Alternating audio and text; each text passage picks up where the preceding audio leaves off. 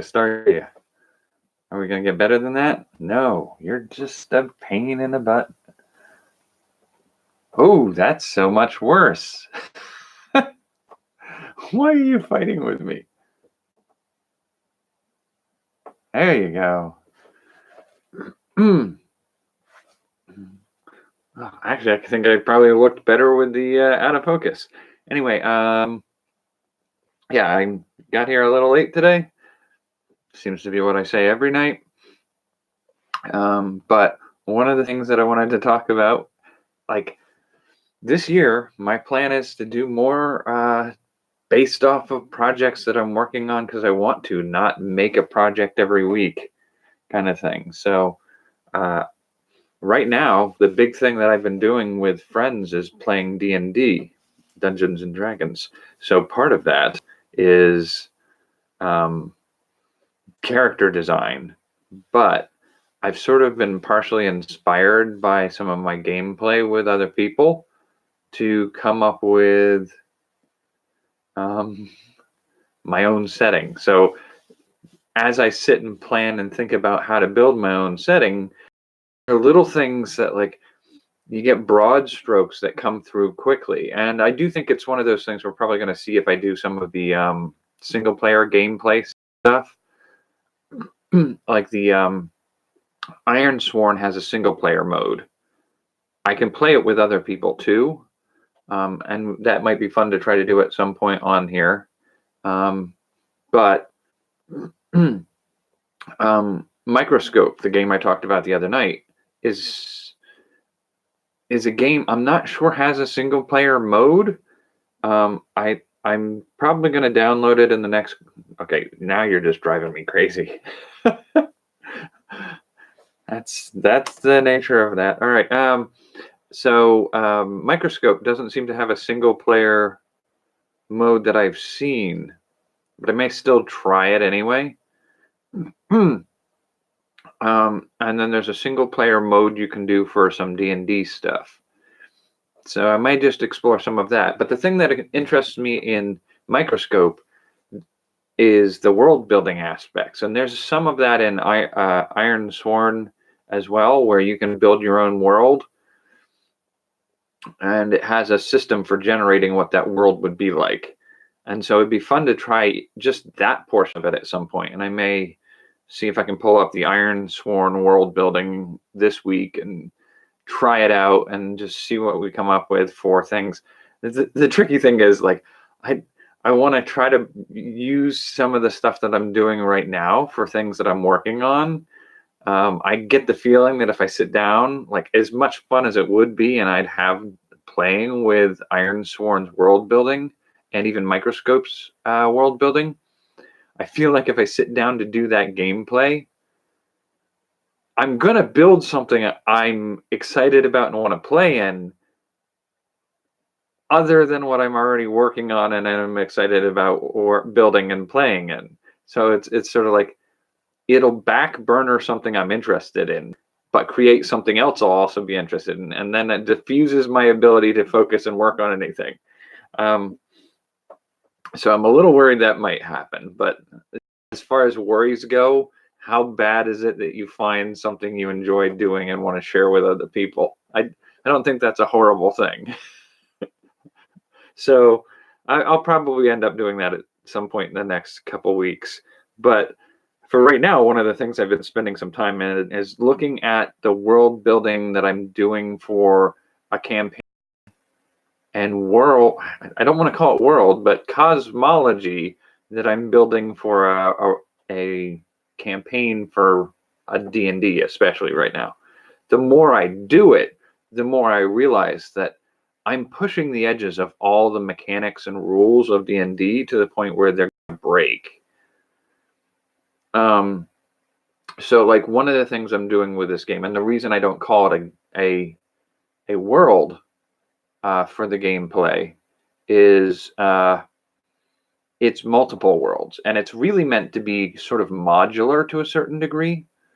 As I build my world, the more it becomes apparent that you could chunk in just about anything into this.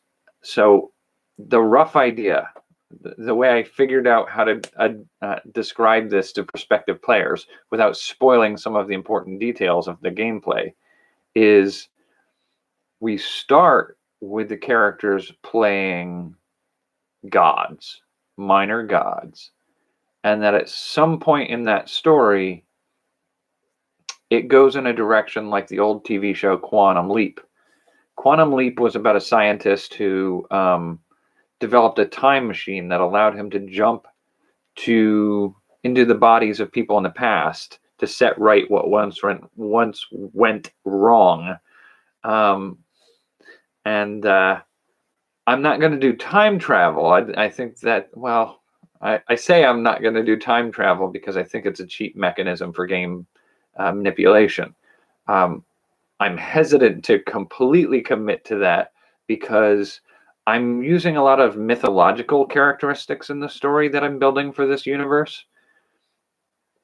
And you have stories of like Rip Van Winkle, who went and ate and partied with the elves one night, and when he left the next morning, 100 years had passed in the realm of his human people. And so this idea of, I think that's the Rip Van Winkle. There's a lot of stories like that about venturing into realms outside of normal human world and being lost for centuries when only a day has passed for you. And that sort of concept, I think, makes sense, especially when you're talking about looking at divinities.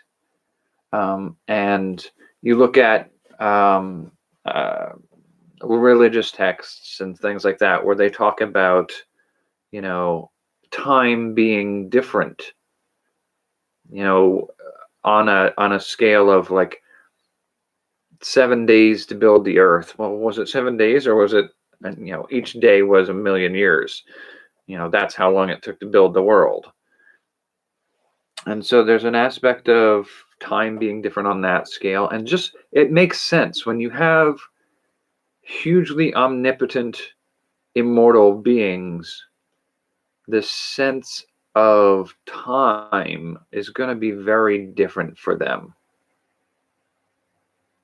So there is a part of that design that I've been including in the game idea that sort of suggests realm of the divine, a day may pass, but on the realm of all the living beings in the subworlds, decades or centuries may pass.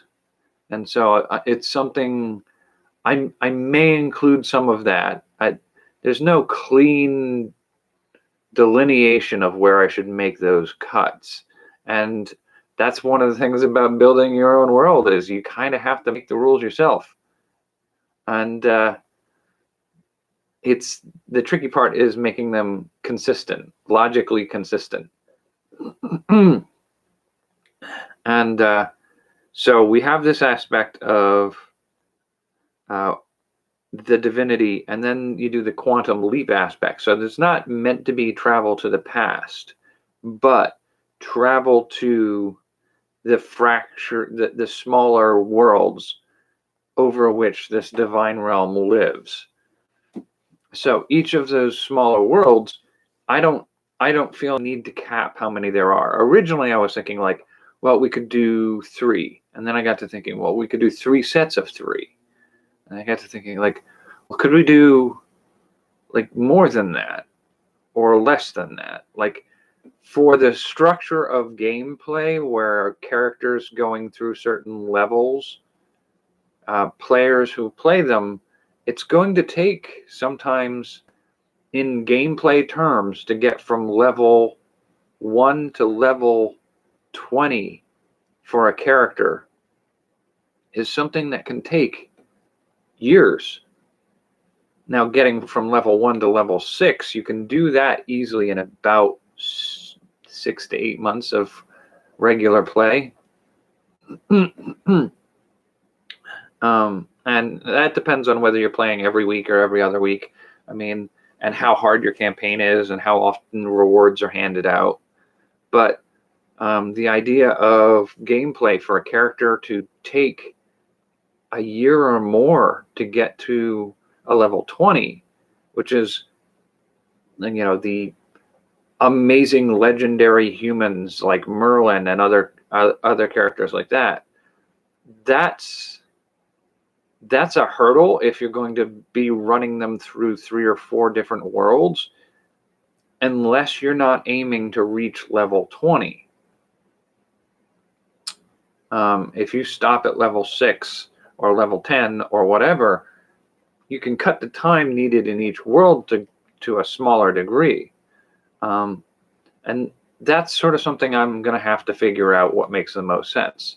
Originally, I had a linear path through like introductory original worlds that I wanted to run.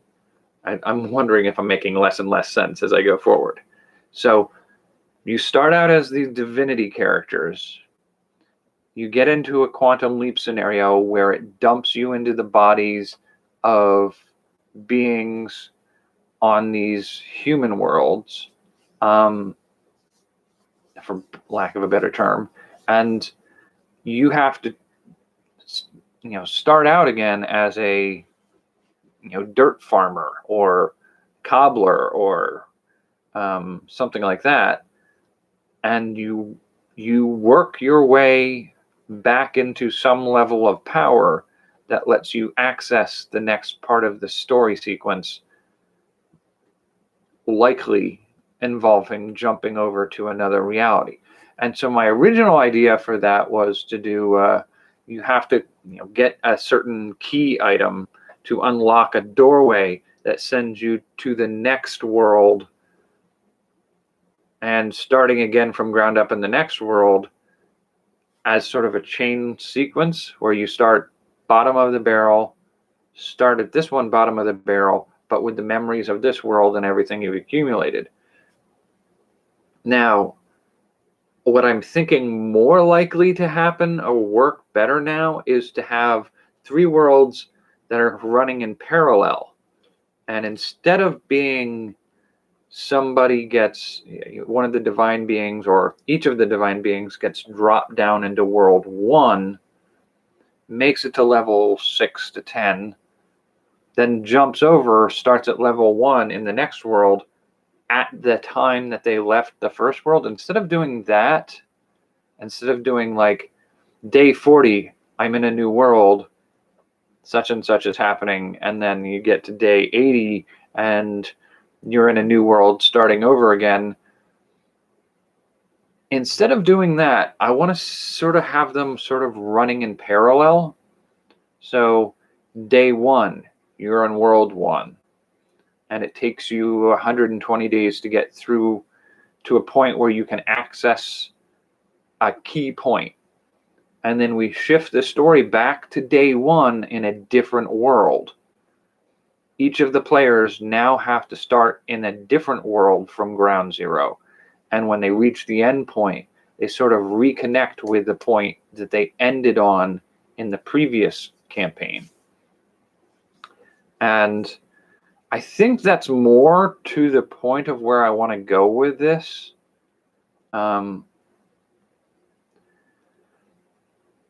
So I'm sort of like, at this point, I'm getting closer to where I want the key factors to play out in that sort of part of the storyline.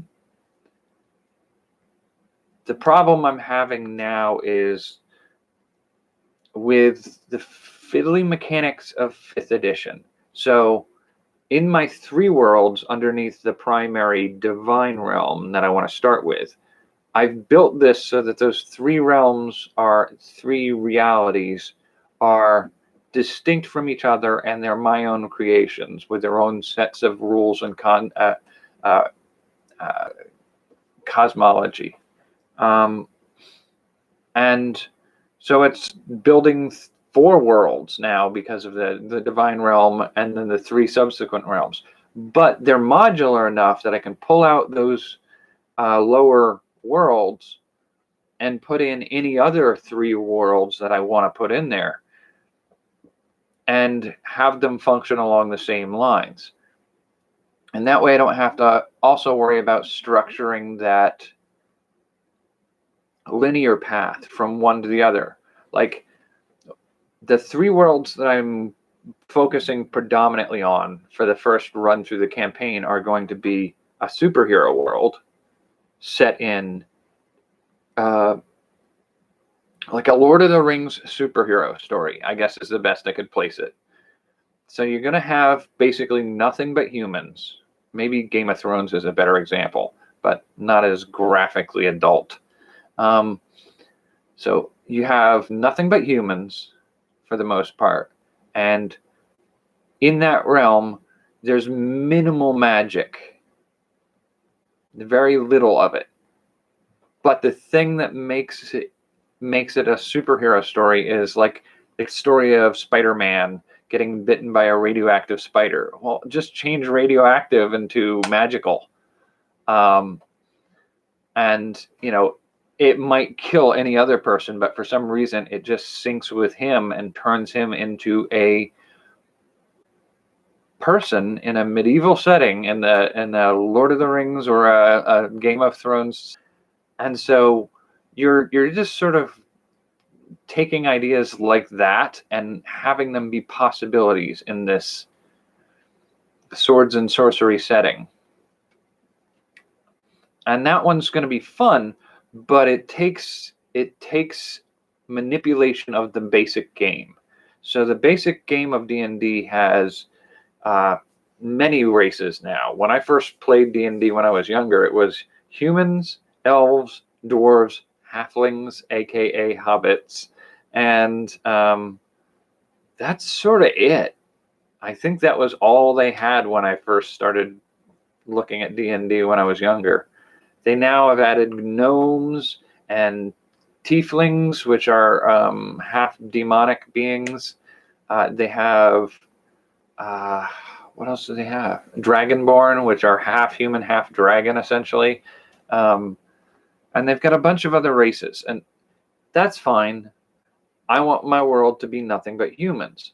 But one of the things about gameplay in the newer editions of D&D, for world building purposes, those different races have different abilities. So, like the elves usually have an inborn spell that they can do. The dwarves are sturdy and resistant to poisons and that kind of thing. Most of them have a special, unique ability. And I feel like using those special abilities for a race to a baseline human would be like giving them superpowers. And then there's some aspects of the monsters in D&D. If my whole world is pretty much just humans and animals and that's it, then you're going to have your encounters not be, a dungeon full of goblins that you have to slay. It's instead going to be something more along the lines of another human of unusual power has created a lair somewhere for nefarious purposes, and you have to go in there and defeat their traps and empowered beings.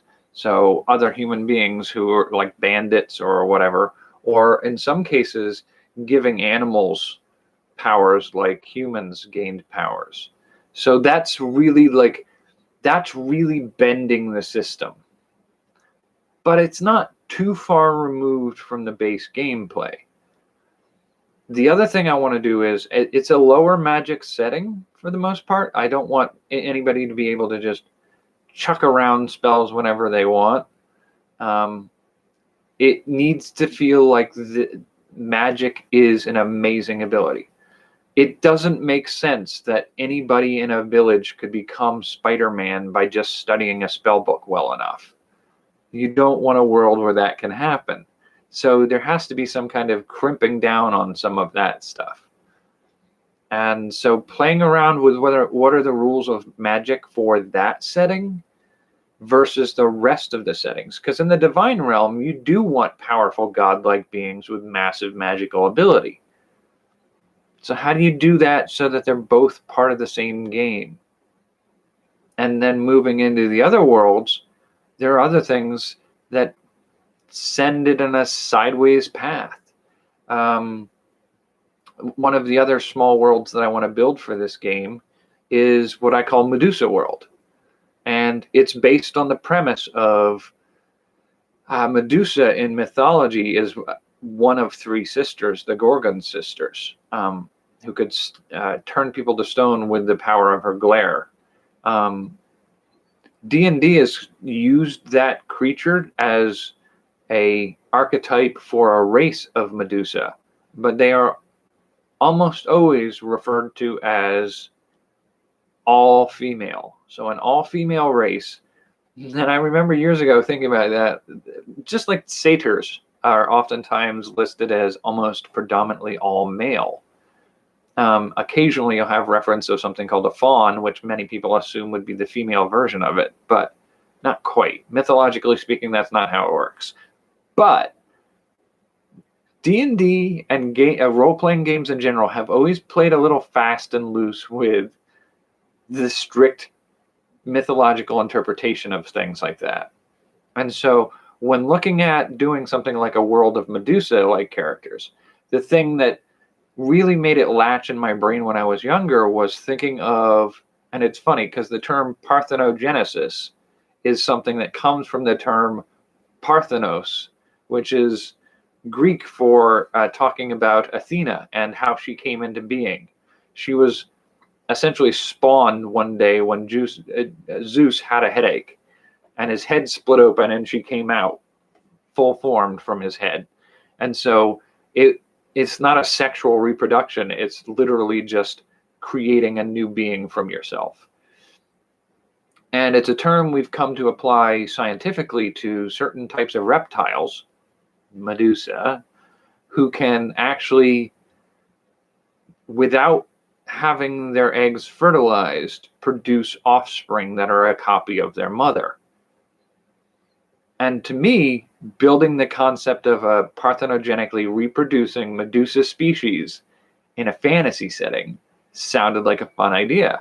And the more I played with it years ago, just for storytelling, just for writing short stories in this setting that started to build in my head, was, if you have one of your Medusa characters who was born with a form of dwarfism, then you get the mythical race of dwarfish people who are all shorter in stature and have distinct patterns of life and culture that are built to suit their needs rather than the big people. And so you can build a dwarf race by having one dwarf Medusa parthenogenically produce generations of Medusa dwarfism.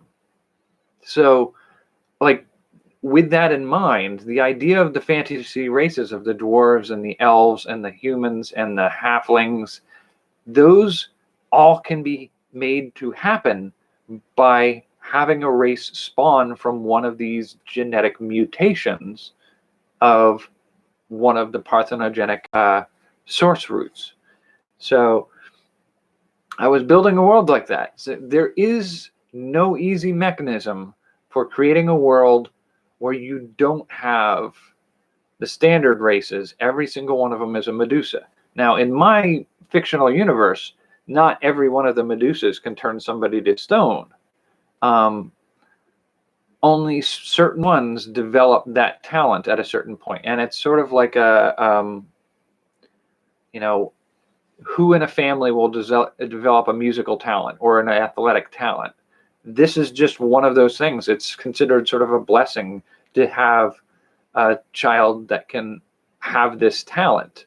And so in this world where they're all pretty much only women and there are no males, every now and then there's a daughter who's born with the ability of their glance turning someone to stone.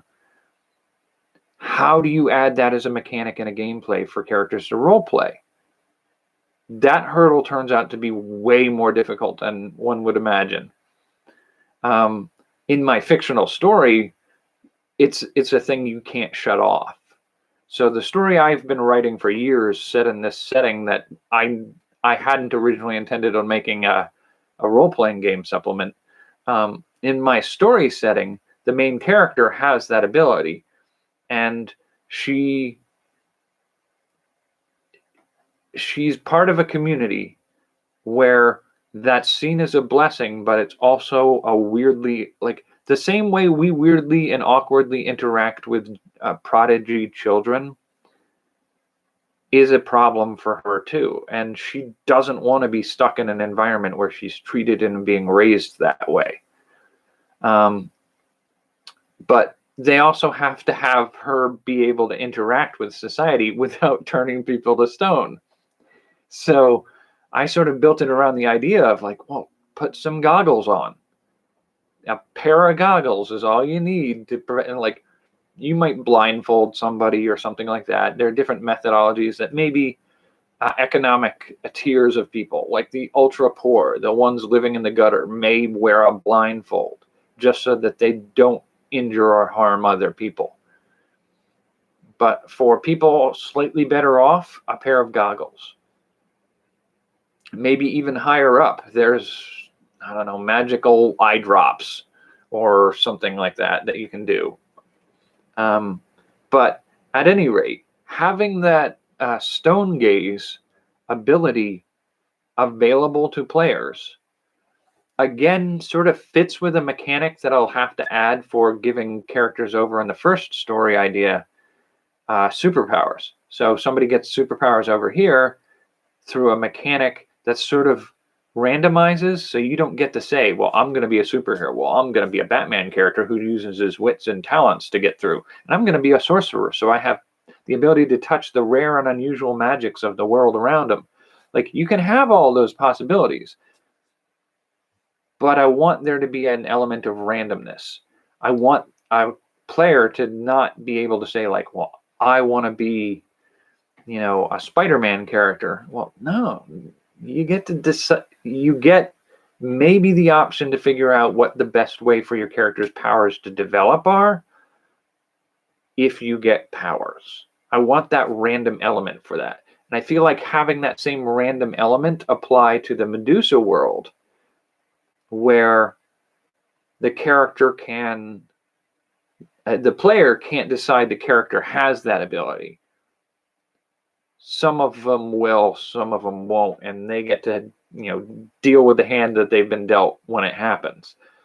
But on top of that, I have to figure out how to build a system in which you don't have the mega powerful ability to instantly turn your opponents to stone at first level of gameplay.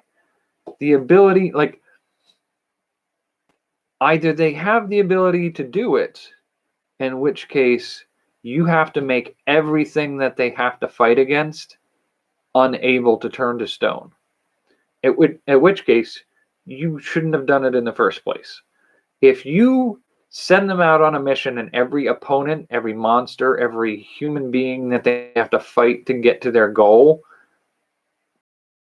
resistant to their ability to turn anything into stone, then you shouldn't have given them that ability in the first place. But by the same token, if they can turn every human, monster, or whatever they encounter into stone, even when they're piddly little nothings, they'll be able to cakewalk through every challenge you put in front of them.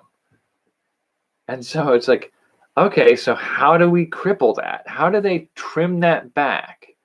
And it's just sort of like, maybe it's a level of power that grows over time. How does that work? And mechanically, there are ways there's a petrify spell that you can use in Dungeons and Dragons, but it's a super high level. So you go digging through the monsters that you can encounter as enemies in Dungeons and Dragons, and some of them do have the ability to turn you to stone. So what do their attacks look like? If they make that attack against you and you save against that attack, which is something gameplay mechanic wise you have the ability to do, or you have you see it coming, and so you dodge it, or you cover your eyes, or something like that. That save against an attack can reduce it to a milder form of like paralysis or something like that. And like figuring out like what else out there has an attack that's comparable. Like you have Dragon Breath, which can just absolutely devastate at high enough levels. And you got to think like, okay, so what does that look like, and how do you use a mechanic like that? And then you move a little bit down into things like wizards usually have 0 level spells called cantrips that let them do certain things, and sometimes some of those attacks are like Chilling Touch, which causes damage to a host. And so the possibility of taking some of those and reskinning them in a new way that makes sense for that petrifying gaze, that's a hard working, you have to work hard to make that work out. And so I've been playing with that a little bit and trying to reconcile it with the superpowers in Story Universe 1, so that the same mechanic that makes one work lets you work the other one as well. That way you don't have to build a whole new set of mechanics and rules for every different little world that you put in there.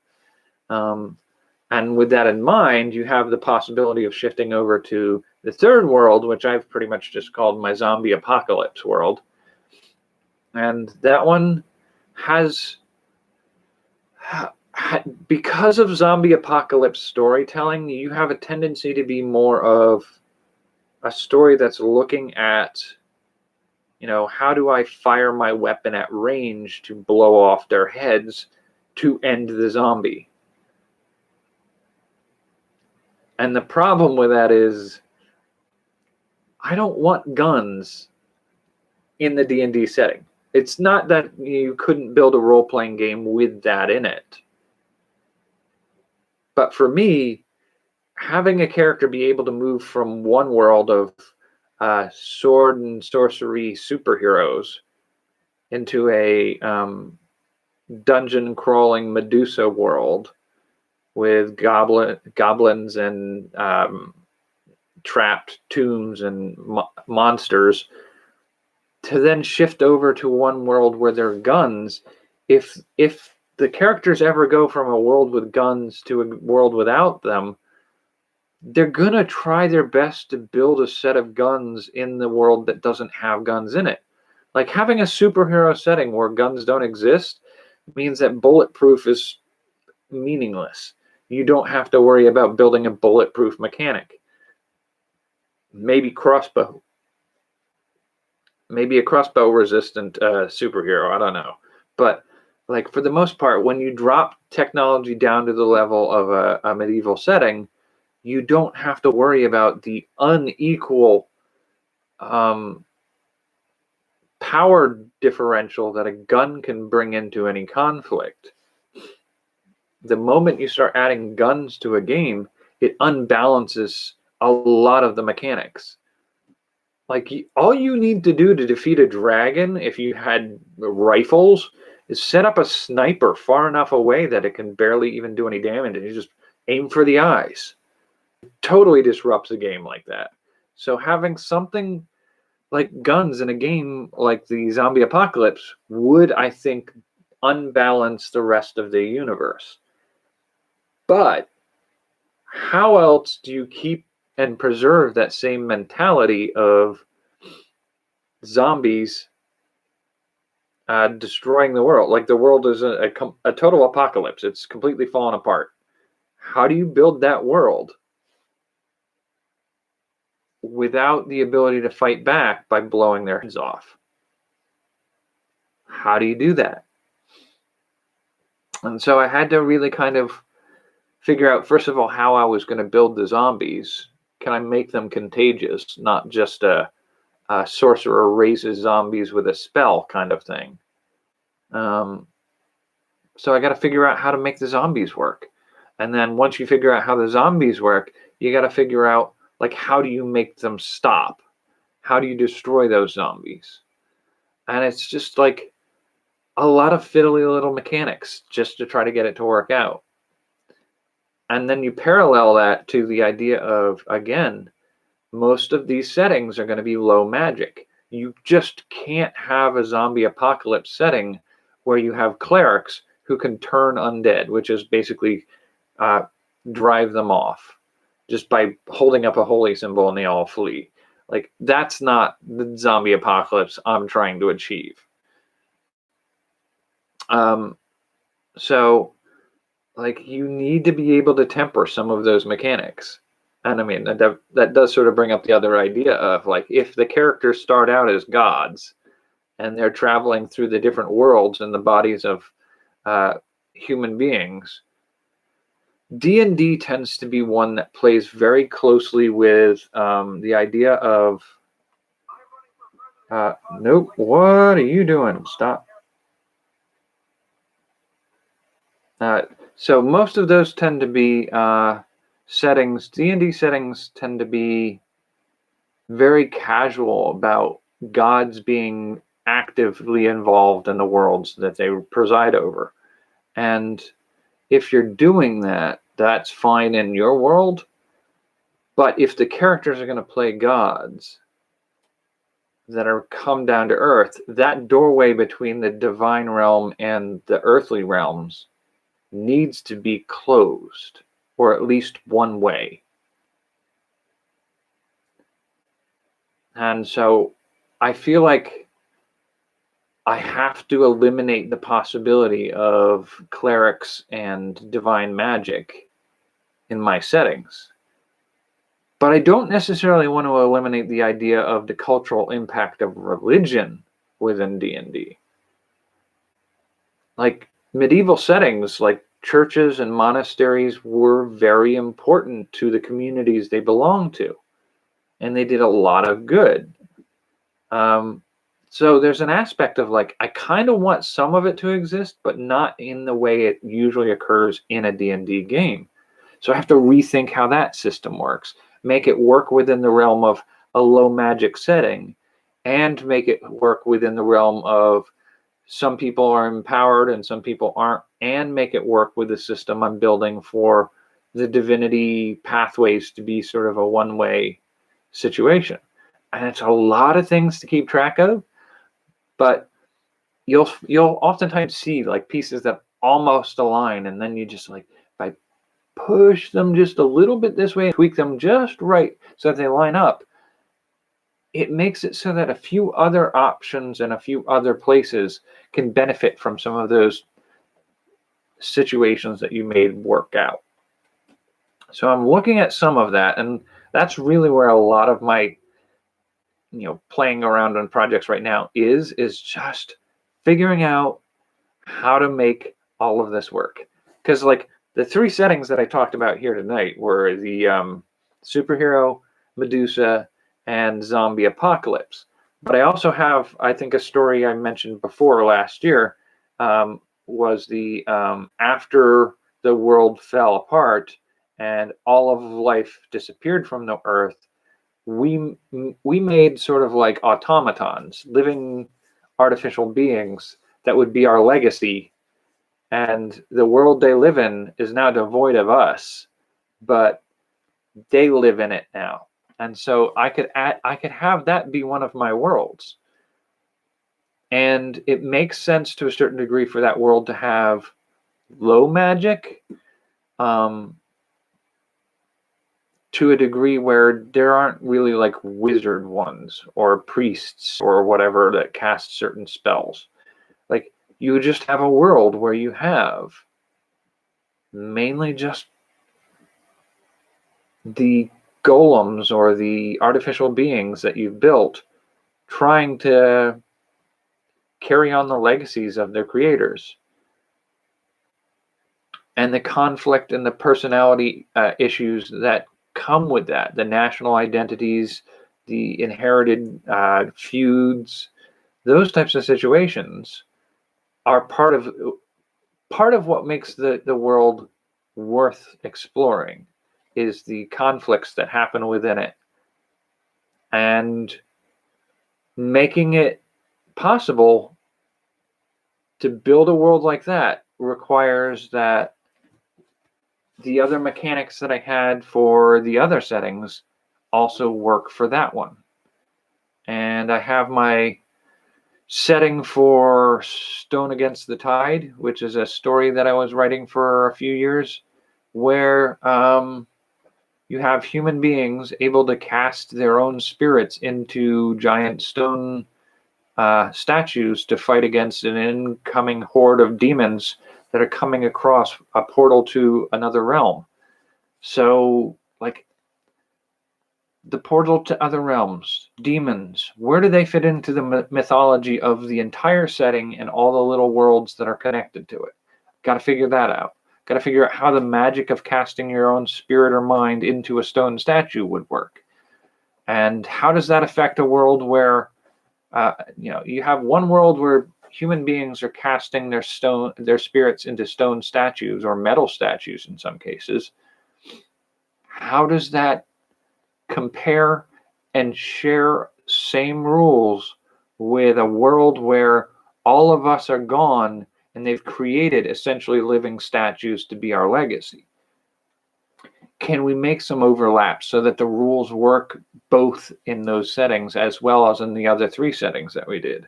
And so it's really like, the more you have the ability to chunk in different settings with different kind of feels and ideas and world building, and yet still have them work together, that means you've built a robust system. And especially in the setting that I'm trying to build, where you have the central divine conflict as the main world that everybody plays in, and then you can add any world underneath of it as one of those modular worlds you add to it. If you can build that central world with its mechanics and ideas robust enough to work in all of those settings, then you've got a setting that's really sturdy enough for gameplay in. And I think it's a unique approach. I may go into a little bit more discussion of some of the hurdles I'm still trying to bounce off of. Like, I'm still trying to figure out what the right way to handle magic is, because magic in D&D, the way they have that within the system is not my favorite way of dealing with it. D&D magic is one of those things where you have a character who starts with a level 1 spell. Right there, immediately, I don't like the idea of leveled spells. But I could maybe let that go if this other thing isn't the case. Every day that you cast spells, you only get to cast them once unless they're a cantrip. But 0 level spells you can cast as many times as you want in a day. But there are only a little limited number of those. Level 1 spells, if you cast a level 1 spell, you have 1 less level 1 spell you can cast each day. Until you go to bed that night and you sleep and you suddenly magically remember how to do it the next day. I think that for game mechanic wise, the way they've played the game for decades, I get it. It's a reasonable way of preventing somebody from casting powerful spells every round of combat or adventure that they're going through. If you get to the point where you're able to cast the wish spell and grant your wishes, if you can cast that thing every 15 minutes of every day of your life, why wouldn't you? I get that the mechanic of you only get 1 spell slot of a certain level that you can only do once. I get that. I get it makes the game playable to a certain degree. I just feel like there's got to be another way to do that. And so figuring out how to change that, and like, I think narratively is the reason it bothers me, is just like, how do you explain that on day 3 of your journey through the woods, you encounter a goblin and you cast fireball at it, and then you don't know how to cast fireball ever again until you get to bed that night, and then you'll magically remember how to do it the next day? That's I know it's called Vancian Magic. I just what is it, the Dying Earth series. I know that's where it comes from, and it made the mechanics work the way they needed the game mechanics to work. That's not the way I want it to work in my world.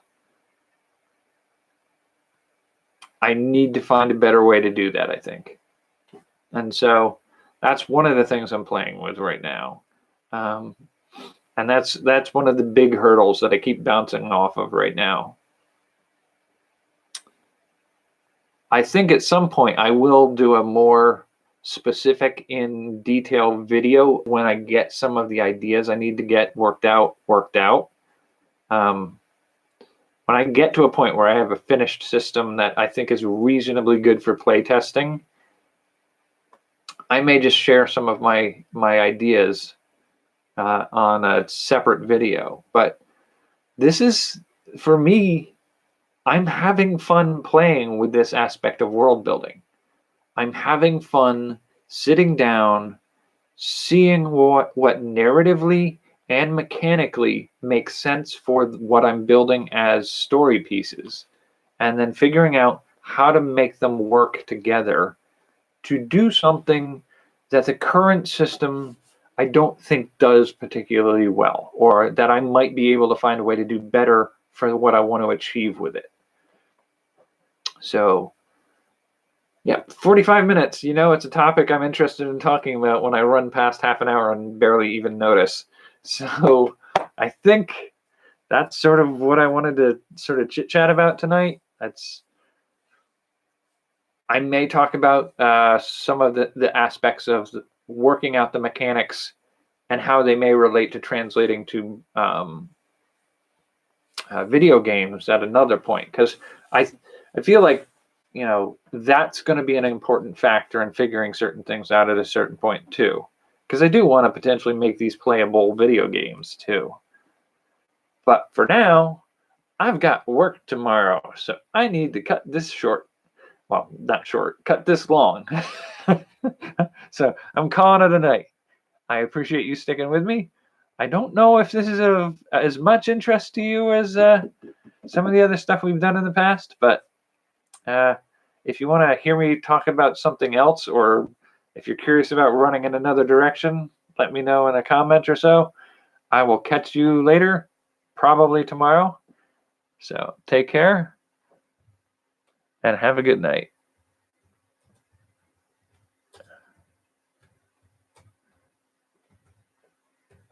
And I think my legs are falling asleep. Oh, come on. I literally just hit. There we go. It's doing a little lag tonight. There we go.